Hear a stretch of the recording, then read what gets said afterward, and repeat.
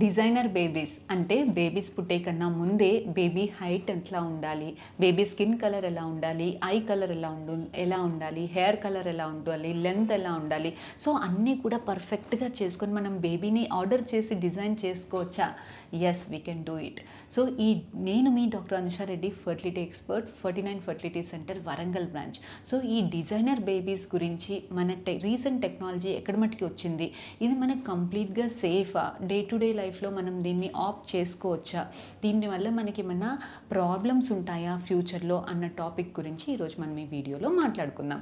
Designer babies అంటే ఏంటి అని అంటే, మనం బేబీ పుట్టకన్నా ముందే బేబీ హైట్ ఎంత ఉండాలి, స్కిన్ కలర్, హెయిర్ కలర్ కాంచి అన్నిటినీ కూడా స్పెసిఫిక్ జీన్స్ ఏవైతే ఉంటాయో ఆ జీన్స్ని క్రిస్పర్ టెక్నాలజీ వల్ల మనం ఎగ్జాక్ట్గా మార్చుకునేదానికి అవకాశం ఉందండి.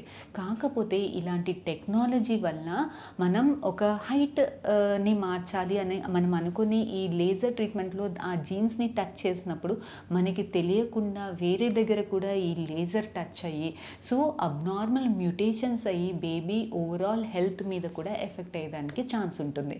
సో ఇది మనకి ఎంత మట్టికి ఎథికల్, ఎంత మట్టికి సేఫ్ అంటే, చాలా మట్టికి రీసెర్చర్స్ మనకి హ్యూమన్స్లో ఇది చాలా మట్టికి కాదు, ఇది మోస్ట్లీ హ్యూమన్స్లో బ్యాన్ చేశారు.